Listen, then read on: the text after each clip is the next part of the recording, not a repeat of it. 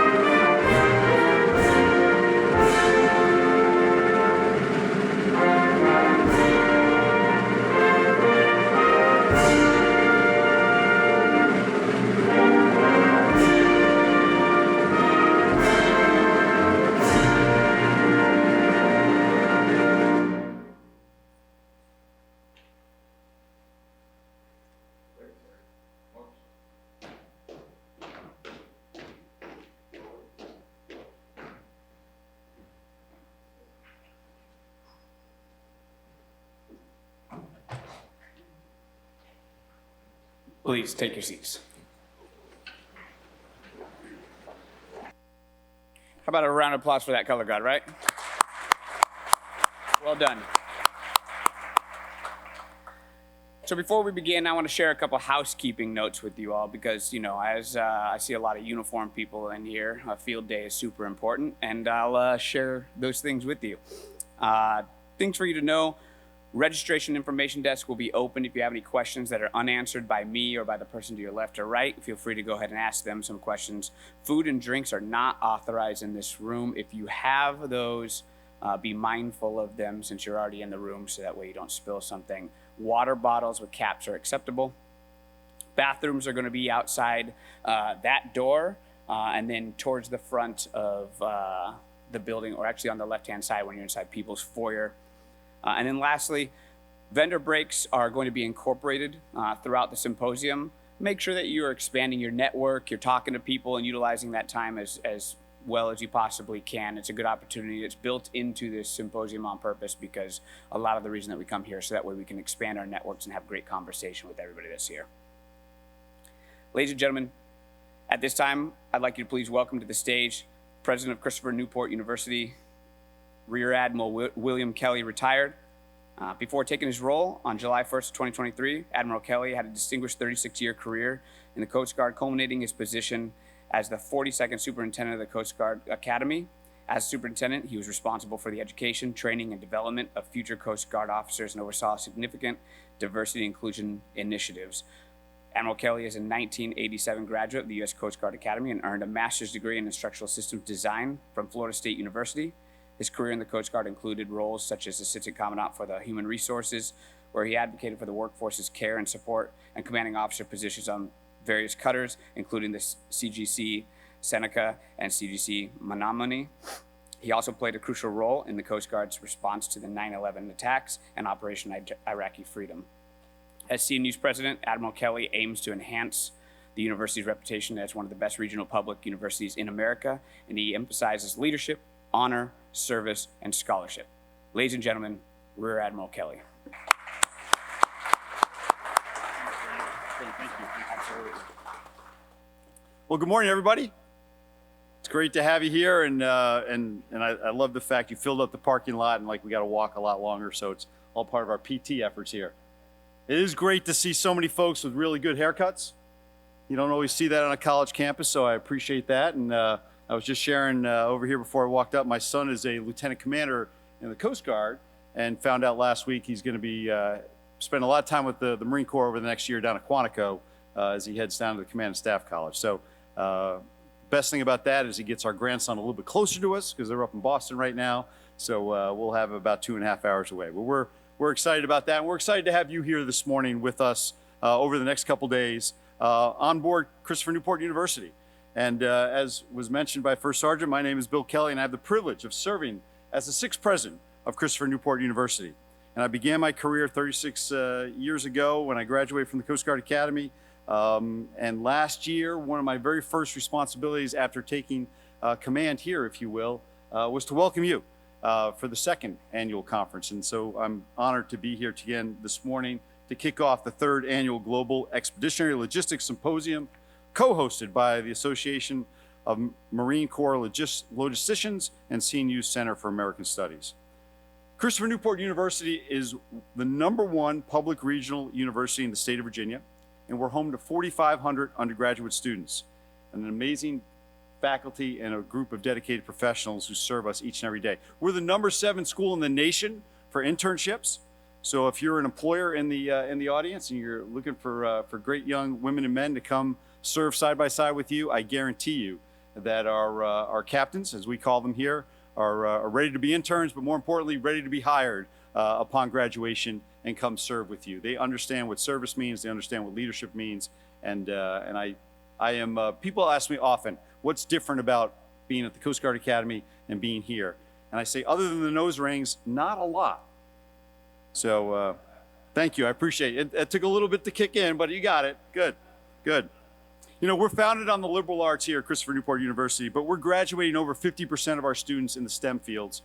And if you add business onto that, over 70% of our graduates graduate with either a STEM or business degree, but with a foundation of the liberal arts, which I think serves them well as they go out into the world to solve problems and work side by side with teams. And we are pleased to host you on our beautiful campus. I know you're going to make it from the parking lot over here, but if you have an opportunity to walk around campus just a little bit, take it in. If this is your first time on board Christopher Newport University, welcome. If you're a repeat offender, it's great to have you back. And my only ask of you over the next couple of days is that you take us in a little bit, and then you go back. And if you happen to know a high school student who's looking for a place to go to college, please let them know that you found out about this amazing regional public university down in Newport News, Virginia on Warwick Boulevard that is ready to bring those folks in and prepare them to be great citizens. And that's what we are committed to. And we're pleased to welcome Mayor Phillip Jones with us, mayor of our All-America City and a major in the United States Marine Corps Reserve. We also have the Honorable Chris Lowman, Assistant Secretary of Defense for Sustainment. And later in the conference, I believe tomorrow, we'll be joined by General David Berger, the 38th Commandant of your Marine Corps, and Brigadier General Forrest Poole, Assistant Deputy Commandant for Installations and Logistics, U.S. Marine Corps, and Kirk Spangenberg, who is here with us this morning, President and co-founder of AMCL. There are many other distinguished visitors and speakers who will be joining us throughout the week, and I'd be remiss if I didn't formally welcome Senator Tim Kaine and Congressman Rob Whitman for joining us remotely, I think, throughout the conference. And we thank them. Both of them have incredibly busy schedules, as you know, and finding time to be with you, I think, speaks to the importance of this conference. So I hope you enjoy your time on campus, and I know the work you will engage in will be meaningful. As we know, and I looked up this quote so I got it right, amateurs talk about tactics, but professionals study logistics, and that's what you'll be talking about and working on over the next couple days. So I wish you a great couple days, and it's now my pleasure to turn over the microphone to Dr. Nathan Busch, the James and Cynthia Crawford Professor of National Security, Distinguished Professor of Political Science, and co-director of the Center for American Studies at Christopher Newport University. Nathan?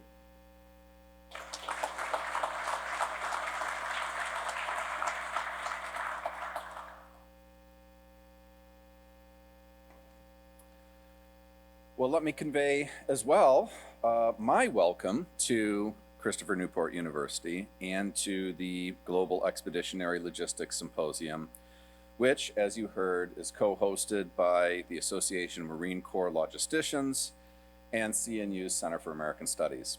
So also, as you heard, my name is Nathan Busch, and I am co-director of the center here at CNU. A little bit about our center. The Center for American Studies is an academic program here at CNU that's dedicated to, you might say, re-enhancing or reinvigorating civic education. And it does so by fostering, teaching, and research on America's founding principles, America's economic system, and national security. We support the university's major and minor in American Studies, which looks, as I said, to reinvigorate civic education by studying America's founding documents: the Declaration of Independence, the Constitution, the Federalist Papers, and the evolution of America in light of these founding principles. We also support the university's major in international affairs and minor in U.S. national security studies, which focuses on topics such as American grand strategy, as well as contemporary threats to America, maritime security, cybersecurity, terrorism, and WMD proliferation. We are absolutely delighted to be co-hosting this conference again with AMCL. Very soon, you'll hear from AMCL President Kirk Spangenberg, but I do have a few more introductions, and we have a few more speakers to hear from before we get to him. I do want to thank the Center's intrepid junior fellows for all their hard work in making this event happen, especially our lead junior fellows, Daniel Shelton and Emily McKenna, as well as Dylan Frederick, who was my right-hand dude all summer for all of the Center's events over the summer, and PJ Jones. We also have two videos to share with you. First, from a U.S. Senator from Virginia, Tim Kaine, and then from Congressman Rob Whitman, who represents Virginia's 1st Congressional District. So at this point, if we could, let's go ahead and show the video beginning, the first video beginning with Senator Tim Kaine.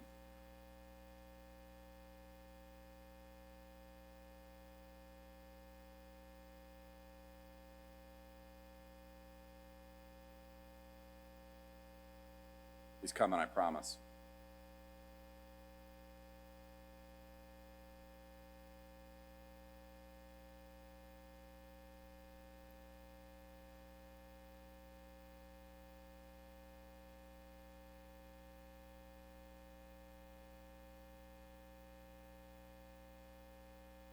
Senator Tim Kaine here. As a senator from Virginia, which is home to thousands of Marines and the proud parent of a Marine veteran, I'm excited to virtually join you all today. I want to start by thanking all of our service members for your service to our country. I'm sure you've already heard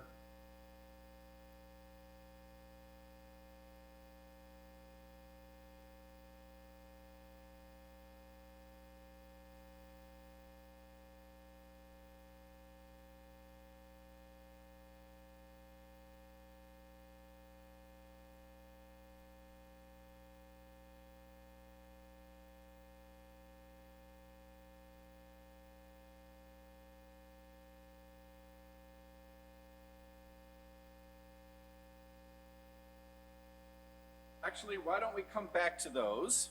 Sorry about that. Let me jump past the videos. We might see if we can fit them in a little later in over the course of the next couple of days. But let me proceed to the next item on the agenda, the next individual on the agenda, and that is Mayor Phillip Jones. Phillip Jones is the 27th mayor of Newport News. And he is the city's youngest directly elected mayor. Under his administration, the city of Newport News was awarded the All-American City designation for the first time. Mayor Jones attended the United States Naval Academy on a vice presidential nomination.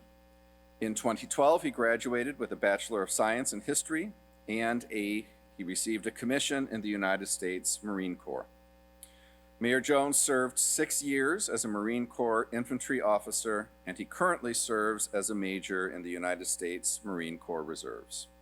He later earned a Master's of Business Administration from Harvard Business School and a Master of Public Policy from the Kennedy School of Government.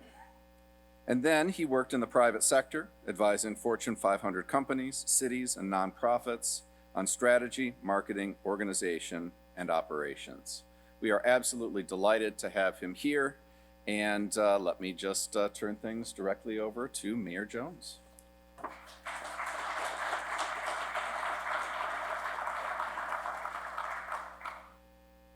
How's everyone doing this morning? Good, good. Well, it's good to see a lot of familiar friends in the audience, as well as, I think, where's Radigan from MIU, my reserve unit. Always good to see you too, sir. It's always, I always struggle going after Senator Kane or the congressman, so I'm glad the video didn't work. After I leave here, I'll call them and say, hey, your video didn't work. Don't worry about it. I can carry the crowd. So, look, I'm really excited to have you here in Newport News.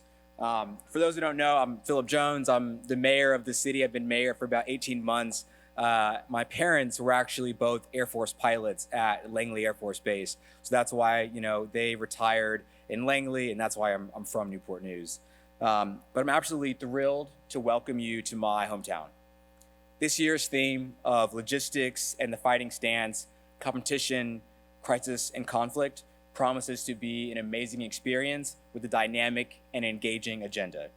Your impressive lineup of speakers spans the entire spectrum of the logistics and supply chain communities, from the Marines, DoD, industry, small business, and of course, higher education.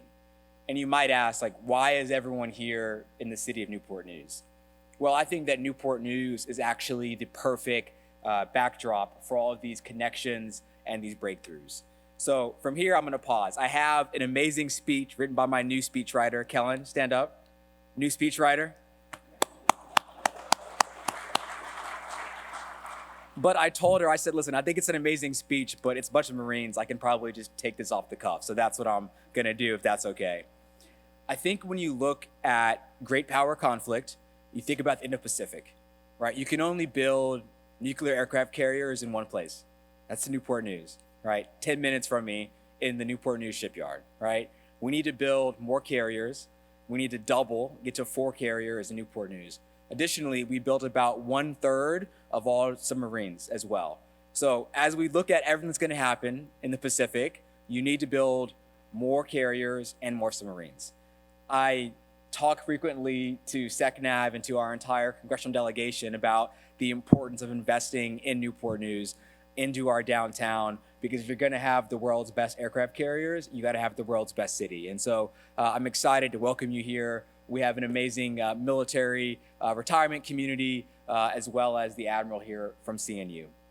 Additionally, not only do we have Newport News Shipyard, but we also have Liebherr, which manufactures engineering, massive machinery, and each are a feat that only a few can actually do.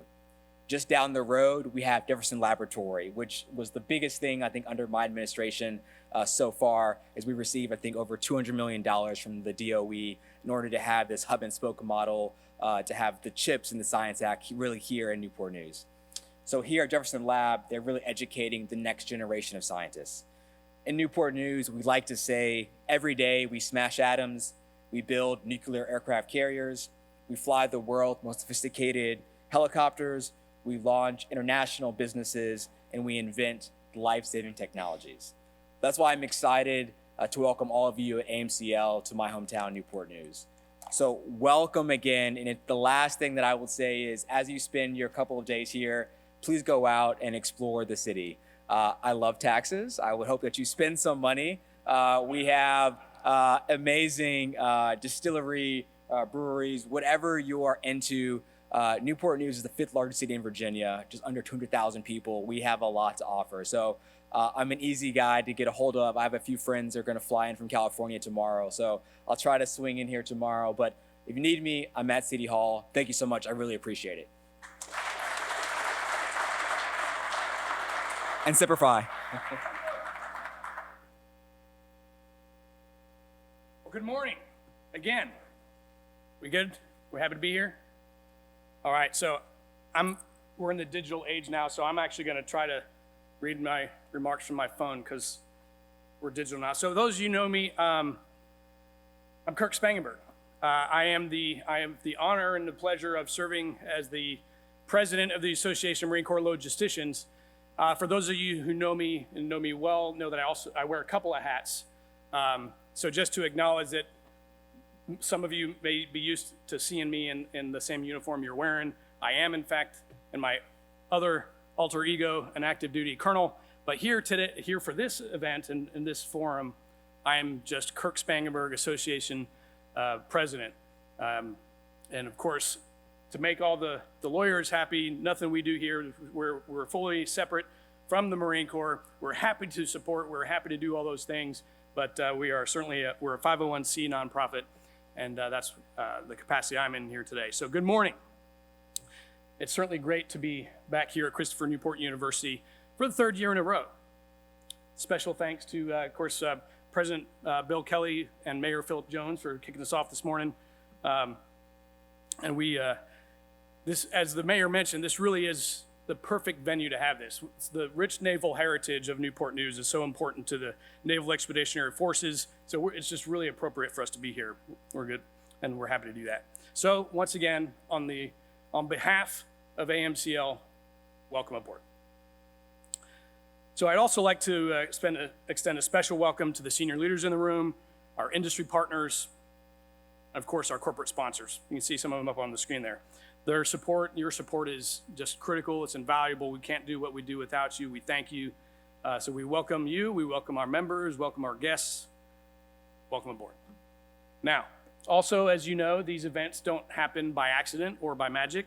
So I do want to take a moment to acknowledge, first of all, Greg Lewis, where you at? Greg? And she's probably off making stuff happen. But Greg Lewis and a team of a few volunteers, purely volunteers, put all this thing together, so let's just give him a round of applause.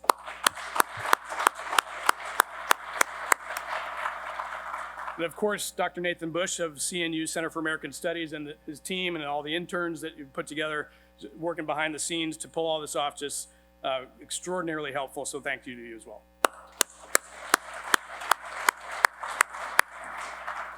And of course, a round of applause for our exceptional Master of Ceremonies, Brandon Smart, so thanks. Now, if we could advance the slide, we're proud and excited to kick off our 4th annual AMCL Symposium. Now this year, in partnership with CNU Center for American Studies, we have rebranded this event, and we now call it the Global Expeditionary Logistics Symposium, which is a part of CNU's National Security Series, and we're really excited about that development. I also see, how many of y'all been here before for some of these previous ones? Yeah, I see a lot of repeat offenders in the room. How many of y'all been here twice? A few of you, that's good. Good to see you back.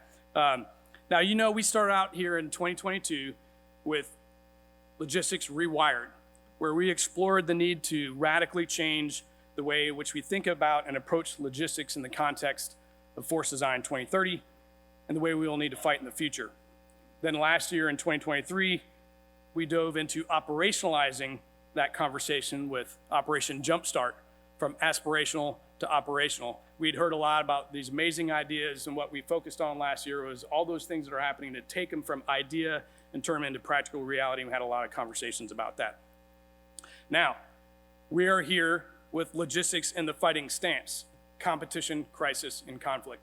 That really came out of some of the discussions last year in this forum, where it really brought out the criticality of what logistics means to our nation and its preparedness for these things, for competition, crisis, and conflict. So in this symposium, we're gonna delve into that, delve into how the logistics plays that role and how we compete, deter, fight, and win across the competition continuum.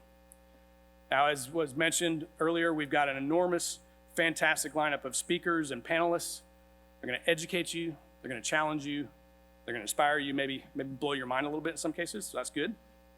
So all in all, it's gonna be a really, really exciting event. Now, before we dive into the meat and potatoes and the core of the symposium, I just want to give you just a brief overview of the Association of Marine Corps Logisticians for those of you who may be new to our organization. So to begin with, AMCL is the premier professional organization for the Marine Corps logistics community. We are dedicated to the development of our profession and our members to ensure the Marine Corps logistics enterprise remains best in class and succeeds on the battlefields of today and the future. Our main goal is to ensure the success of our Marines on the battlefield, today's battlefields and tomorrow's battlefields, and we do this by staying on top of best practices from industry and other agencies, expanding our networks, creating mentorship opportunities, and supporting innovation and experimentation to implement those best new ideas and adopt emerging technologies that will keep us relevant in the future. Now, we primarily exist to support the active duty, reserve, and civilian Marines and the Marine Corps Logistics Enterprise, but our membership is not limited to Marines or logisticians. We also embrace a broad definition of logistics and logisticians as anyone whose duties involve the maintenance, procurement, movement, or sustainment of military forces, equipment, or facilities. We welcome members and partnerships with individuals who are directly or indirectly involved in our profession. So at the end of the day, we aim to keep the Marine Corps the most lethal and survivable force on the battlefield. And that means we need to offer the best training, best information, networking, and advocacy for our logisticians. So, how do we support our members? You could sum it up with the acronym PACER: promotion, advocacy, community building, education, and recognition and reintegration. On the promotion front, we actively promote the art and science of logistics by finding and making available the best practices and emerging concepts, some of which you'll see here in the exhibit hall. I really encourage you once again to get out there and talk to some of these exhibitors and our industry partners here. They come from the military, from the government, and from industry. We promote the credibility and improvement of our profession and the development of Marine Corps logisticians through advocacy and community building and education, and of course, recognition of our top performers and their ideas. Logistics, as we all know, I think maybe preaching to the choir here a little bit, but logistics is central to the success of all military operations. And we aim to ensure our profession and our professionals are always up to the task. On the advocacy front, the central goal of ours is to ensure the success of our logisticians, as I mentioned, and our enterprise, which means we represent our members and their interests through engagement with senior leaders, industry, and decision makers. We seek to inform the institution of our members' ideas and concerns. And we encourage the adoption of best practices, technology, and policies to ensure our warfighters on the battlefield always accomplish their mission without delay or degradation due to logistics. On the community building front, we seek to foster a strong community among all Marine logisticians because we believe some of the best learning comes through collaboration, open discussion, and the sharing of ideas. Our founding president, Jason Fincher, used to always say, don't wait till the bullets start flying to exchange business cards, right? Because it's too late. Through our periodic symposiums and conferences, local chapters, publications, podcasts, and video logs, we seek to build relationships across our enterprise that lead to mentorship, learning, and continuously improving logistics operations. We also do education. People are the heart of all logistics operations, really all military operations, and professional development is key to each person's success. We seek to provide continuous education opportunities throughout the careers of privates to generals, and from contractors to senior executive service logisticians. To do this, we collaborate across our sibling services, agencies, international partners, and industry to provide access to workshop, courses, seminars, and certification opportunities. We seek to augment the existing professional military education pipeline to better prepare our members for life as a logistician in the uniform and out of the uniform.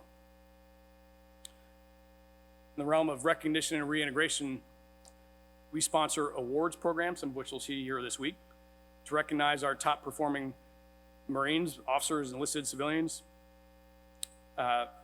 in the fleet and at professional military education schools.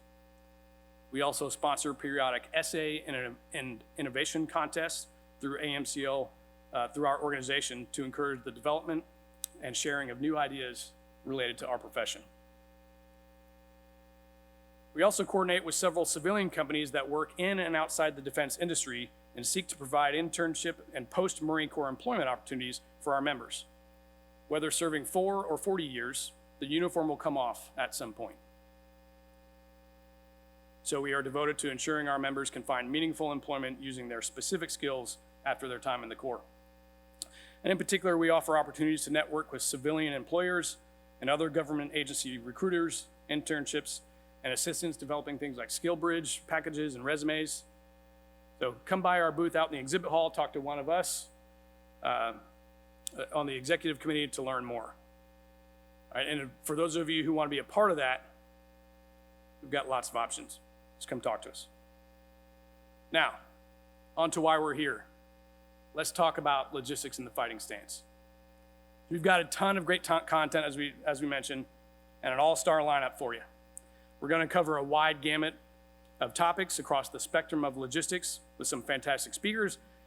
And I know, of course, we're ready to connect with each other. We're ready to connect with the exhibitors and the sponsors and our industry partners and take in everything that this forum and AMCL has to offer over the next couple of days. So, enough about me, enough about this. We ready to kick it off? A little more enthusiasm? We ready to kick it off? All right, there we are. So, now, it is my distinct honor and pleasure to introduce our first speaker, the Honorable Christopher J. Lowman, Assistant Secretary of Defense for Sustainment. As ASDS, Mr. Lowman is the Principal Staff Assistant Advisor to the Undersecretary of Defense for Acquisition and Sustainment, Deputy Secretary of Defense, and Secretary of Defense on DoD logistics, material readiness, and product support. He oversees the Defense Logistics Agency and the Defense Microelectronics Activity, and is the principal logistics official within senior DoD management. And certainly important to us in this audience, he enlisted in the Marine Corps in 1984 and served for 5 years. So once a Marine, always a Marine, hoorah. So it's good to have someone here who stood on those yellow footprints to talk to us. So thank you, sir, for joining us. Ladies and gentlemen, Honorable Lowman.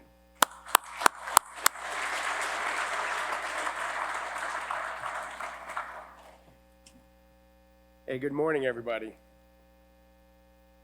So let me just say thanks to Kirk for that wonderful introduction. And as I stand here, it feels a little bit like coming full circle.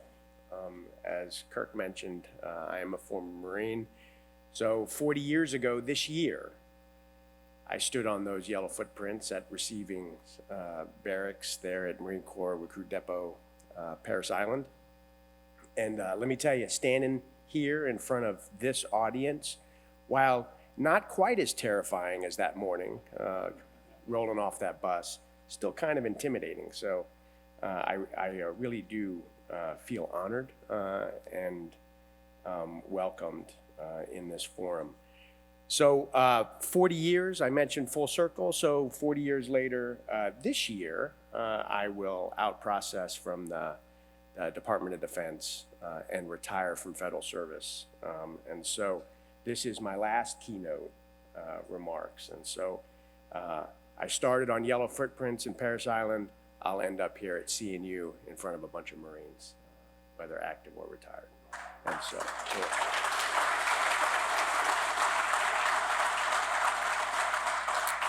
So let me just get into a few remarks. I want to really get into talking with you today about some of the things the department is doing, both on the OSD staff and in partnership with the Joint Staff, on how we're addressing the gaps we have in contested logistics and sustaining our U.S. Joint Force in contested environments. And so I've got a speech here. I'll waver from it a little bit. My staff always hates when I get off script, but I'll do the best I can staying with it. So let me start on script. So distinguished guests, colleagues, and partners in logistics, it's an honor to be here today at the 2024 Global Expeditionary Logistics Symposium. I've been looking forward to talking with you today because our host the Association of Marine Corps Logisticians have designed an important 3-day event to address our most critical logistics challenge. This year's theme, Logistics in the Fighting Stance, Competition, Crisis, and Conflict, underscores that as near-peer competitors increasingly hold our defense ecosystem at risk, posturing logistics capabilities globally to respond with speed, agility, and resilience will be essential to transition from competition through crisis into conflict. The future of our war will be very fast. It will require incredibly quick decision-making. It'll be distributed in nature, which will require in-theater mobility that we don't have today or don't have enough of today. And finally, and frankly, it will be lethal. This requires us to change as a sustainment community. And today, I want to talk a little bit about what that change looks like. How we have postured logistics in the past will need to evolve to meet the current threat environment. And that's just not posturing current capability. It's also refining our processes, refining our material acquisition process, and how we design material sustainment strategies to be survivable in a lethal, contested theater. Now, many people argue that we've been in contested theaters in Iraq and Afghanistan, and that's true. Those regional conflicts were lethal, and they were contested to a small degree. But there's really nobody in this room, to include myself, that's operated forces in contested theaters where we have long over-ocean lines of communications that will be interdicted, whether it's surface, subsurface, air. That's what I want to get into today. So for those of you who have been in this business for a significant amount of time, we understand the persistence and patience required to effect meaningful change within each of the services and across the DoD as a whole. So I want to extend my thanks to all of you for your steadfast dedication to our profession, persistence in navigating the bureaucracy, and relentless drive to effect rapid and enduring change within our sustainment enterprise. Today, I'd like to reflect on our achievements over the last few years, discuss the challenges we face, and outline our path forward. I'll cover our advancements in technologies and concepts like advanced manufacturing, warfighter support to Ukraine and the lessons we're learning, and finally, contested logistics. I'll also highlight the crucial role of our allies and partners in sustaining global military operations and how we envision an increasing level of integration and partnership with those allies and partners in the theaters. Integrated sustainment is essential to achieve our national interests, but it is also essential for conducting operations in contested environments. It expands sustainment capacity by developing and combining our repair and logistics networks with allies and partners to achieve maximum effect. Integrated sustainment is a pivotal component of integrated deterrence outlined in the National Defense Strategy and signals to our adversaries that the United States can maintain operational availability rates and regenerate combat power globally to backstop a combat credible force. As we navigate an increasingly complex and contested global security landscape, the demand for agile, resilient, and integrated sustainment capabilities has never been more pressing. That's why I'm here today, and that's why it's so important that you're in the audience over the next 3 days. To illustrate the connection between our sustainment efforts and the department's strategic priorities, let me briefly review the 4 defense priorities that are laid out in the National Defense Strategy. Let me just see a show of hands. How many people have read the National Defense Strategy? Oh, just exactly the audience I love. So the first one, defending the homeland against multi-domain threats from peer competitors. Not new, right? Not a lot has changed in that regard from the last National Defense Strategy. Deterring strategic attacks is the second, against the United States and our allies, also not new. Deterring aggression and being prepared to prevail in conflict with a focus on the China challenge in the Indo-Pacific and addressing challenges in Europe. Feels pretty familiar, doesn't it? The fourth priority, though, is new.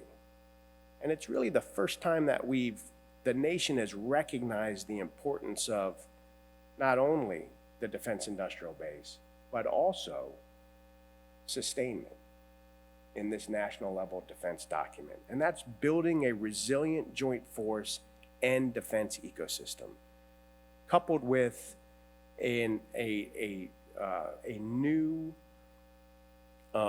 concept called integrated deterrence. So integrated deterrence coupled with this fourth priority really is the cornerstone and the foundation for the path that I've put sustainment on and the services have frankly been on for the last several years. And that's increasing the level of uncertainty in our adversaries' minds by providing options for the commanders, building out a global structure for maintenance, repair, and overhaul, a framework for maintenance, repair, and overhaul that's regionally aligned, partnered with allies and partners around the globe to regenerate combat power within the theaters of operation, closer to the point of need. Capabilities that are not owned by the United States, nor are they operated by the United States, but in partnership with U.S. industry, allied and partner, defense industrial base industry partners that we'll simply utilize in competition habitually. That'll be available to us as we require and scale through crisis and conflict. An important concept that I believe offers deterrence value that's not necessarily an aircraft carrier or an F-35 or a Marine Corps combat unit. So sustainment is integral to all four priorities, particularly the last one. Building a resilient joint force requires sustainment to be more flexible, predictive, and interchangeable between the organic and commercial industrial bases. The presence of our industry partners here speaks volumes about the value we place on your contribution and partnership, and I welcome your attendance. In order to address the gaps we have in sustaining our joint force in a contested environment, we must pursue strategies to push demand satisfaction closer to the point of need, as I've discussed. In coordination with the Joint Staff, my office has been pursuing a campaign of process changes, material identification and acquisition, and capital investment strategies to posture the services and the department for success. I would like to discuss a few of those with the remainder of my time. So first, advanced manufacturing capabilities. These have the potential to be game changers, enabling us to meet demand on site and facilitate rapid regeneration of capabilities within theaters of operation. Each of the services are advancing in this area, independent of OSD. For example, in May through June of 2023, the Naval Sea Systems Command executed a landmark repair on the USS Boxer using cold spray to perform onboard advanced manufacturing and repair. This operation used 150 pounds of metal powder, onboard equipment, and personnel, effectively eliminating the need for shore support and saving significant time and resources. We've also seen exceptional speed in the development of technical data packages to support advanced manufacturing.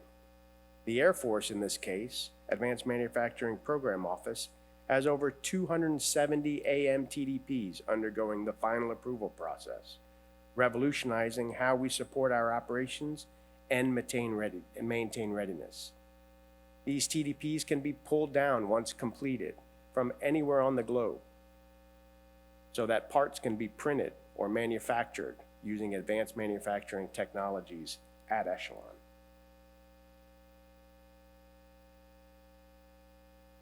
One of the department's competitive advantage Pathfinder projects, approved by the Deputy Secretary of Defense, aims to ensure the ability to advance manufacture parts and consumables at echelon for the U.S. Joint Force, as well as joint and coalition partners.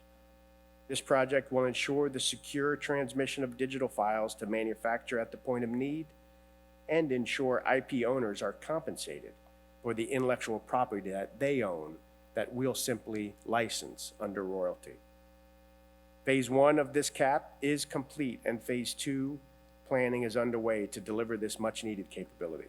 This project is foundational to building a future where intellectual property and technical data management are brought together to enable more efficient and secure advanced manufacturing processes. In the ongoing war against Russia's invasion of Ukraine, let me talk a little bit about the lessons we're learning. The U.S. and 41 partner nations have supported Ukraine's defense and sustainment capabilities. This includes integrating coalition sustainment capabilities, telemaintenance, and 3D printing to supply repair parts at the point of need in, arguably, a contested environment. Our holistic approach has involved significant investments in U.S. industry to support these efforts, including obligating over $27 billion for contracts in 35 states. $3.3 billion of that total was used for investments in capacity expansion of U.S. defense industry partners. As I mentioned, we're learning. We're learning a lot from Ukraine. And so let me just talk a little bit about that. So today, Ukraine Armed Forces is operating what is arguably the most complex Army and Air Force you can imagine. They have donated equipment from over 40 nations, all with technical manuals in native languages, none of which are in Ukraine. They're operating old Soviet legacy equipment. They've got national supply chains that span the globe they have to tap into for spare parts. And so in the case of U.S. Western equipment, we have no technical support inside Ukraine. And so the way we've been sustaining their Bradleys, their Abrams, their HIMARS, Paladins, M777s is through the use of telemaintenance. And in some cases, they're using commercial grade printers to print parts where we're unable or we have diminishing sources of manufacture in this country to enable operations.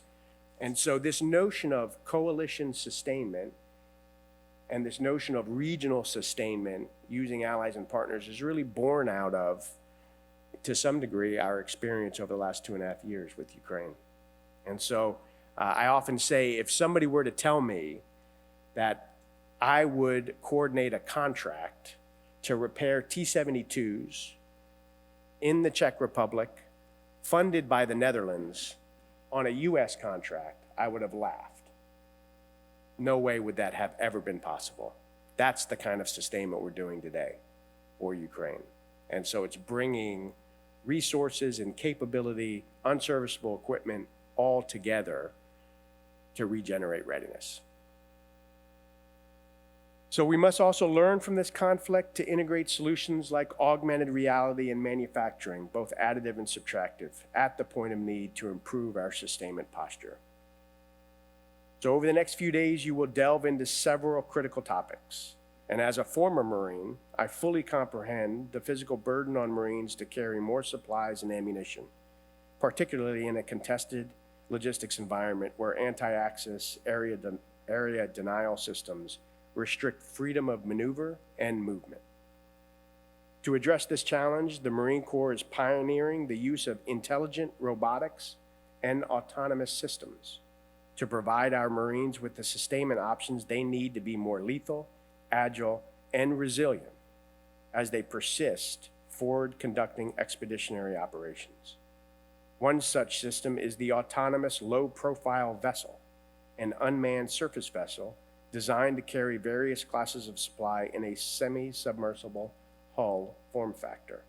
Although still in the testing by the Marine Corps Warfighting Lab, the ALPV is designed to lighten the physical load on our Marines, independently staging supplies at critical locations and ensuring the efficient transfer of material across vast maritime distances.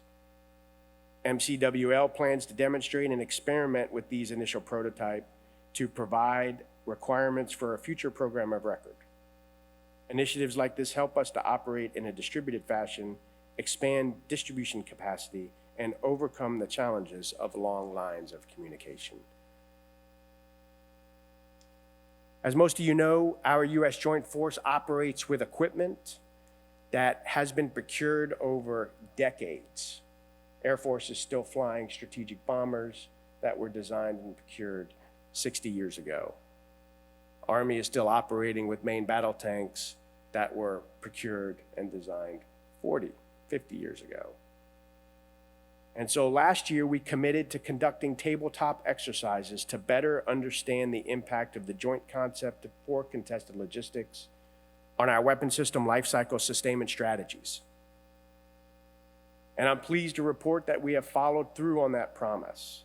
In coordination with the Joint Staff, J4, we hosted 2 F-35 TTXs last year, scaling the sustainment strategy from competition to conflict.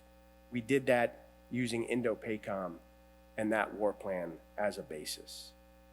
We've learned some invaluable insights into how we need to approach sustainment in the future.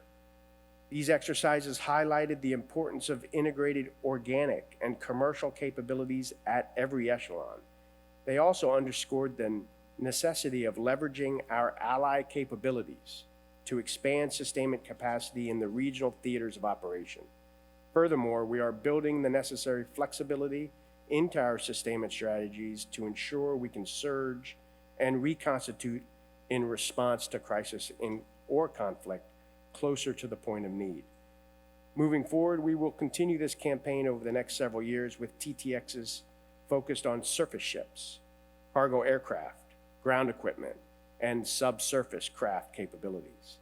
These exercises will further refine our strategies and ensure our sustainment posture remains robust and adaptable. The reason these are important because we have to evolve our current sustainment strategies. Those equipment sets that were procured over the last several decades. We also must change the way we design sustainment strategies for the next generation of capabilities to ensure that the Department of Defense has the necessary flexibility to evolve the sustainment strategy as the national security environment evolves. This is a two-step process. Emphasizing the importance of data and data analytics and AI in sustainment is crucial to enabling predictive maintenance and smarter, more efficient operations. The recently published Sustainment Health Measures 3110.05 provide a comprehensive framework for assessing and improving the readiness and resilience of our sustainment activities. I had a good show of hands of who read the National Defense Strategy. Who's read DODI 3110.05? Oh, 2 of you. It's a short read. I encourage you to read it. It's one I'm particularly proud of. These measures, along with our Advana business intelligence tool, now provide operational and material views of over 100 weapon system fleets, feeding into service authoritative databases. This integration allows every echelon to understand how fleets are performing in the field and operational environments, and have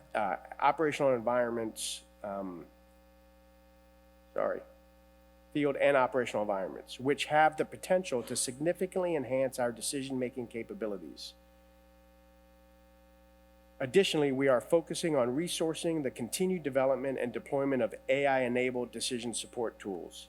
Let me just break away here and just tell you that we are moving the way that the department grades the effectiveness of our sustainment enterprise. We're moving it away from readiness and the unit status readiness reporting system, those 4 primary components that we all use at every echelon. We recognize that those are great measures of combat capability and inform a commander's perspective on how ready his formation or her formation is to prosecute a mission. They are, however, not terribly effective in measuring the effectiveness of sustainment strategies, and sustainment capability. What 3110.05 does is moves the department away from readiness for sustainment reporting and moves us towards engineering design characteristics that are A sub O, operational availability, A sub M, material availability, and a new measure the department has not used in the past, cost per day of availability. So that's the way we're measuring the effectiveness of service sustainment strategies and fleet performance against expected norms. And we're pulling that all the way up into Admana, into the department. So I'd encourage you to read 3110.05 and understand how we're grading your community and the service in terms of fleet performance. These AI tools will not only assist in strategic planning, but also empower maintainers at every unit of action to incorporate predictive logistics, refining inventory management and maintenance resource allocation throughout the theaters. Our commitment to delivering resilient software capability at the speed of relevance ensures that we can rapidly develop and deploy software solutions that meet evolving mission needs without sacrificing operational integrity. And finally, let me close with the Regional Sustainment Framework, which was released in May of 2024 and is now in motion in support of service initiatives. This is a cornerstone of our strategy for structuring and operationalizing maintenance, repair, and overhaul capabilities within the theaters of operation.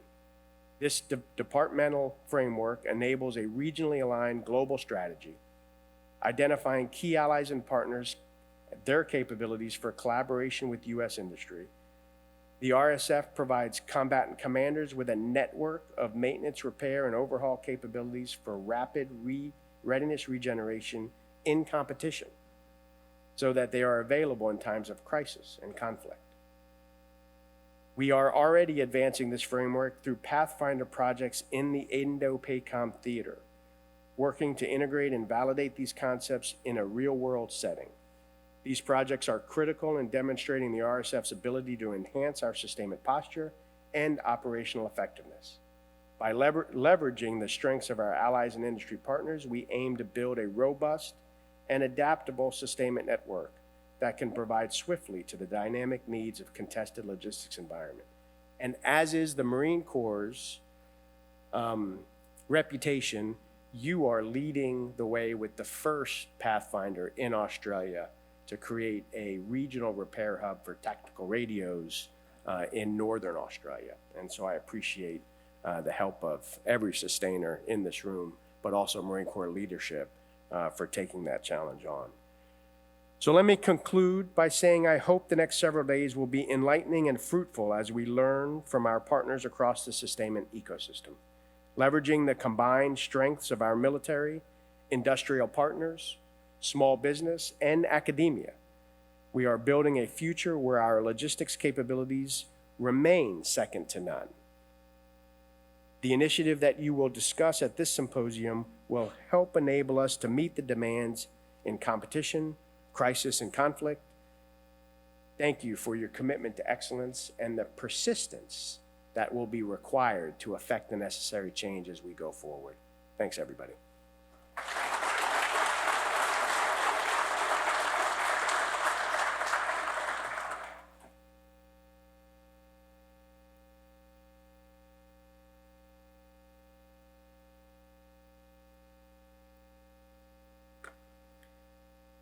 Let's give him one more round of applause to the Honorable Chris Lowman.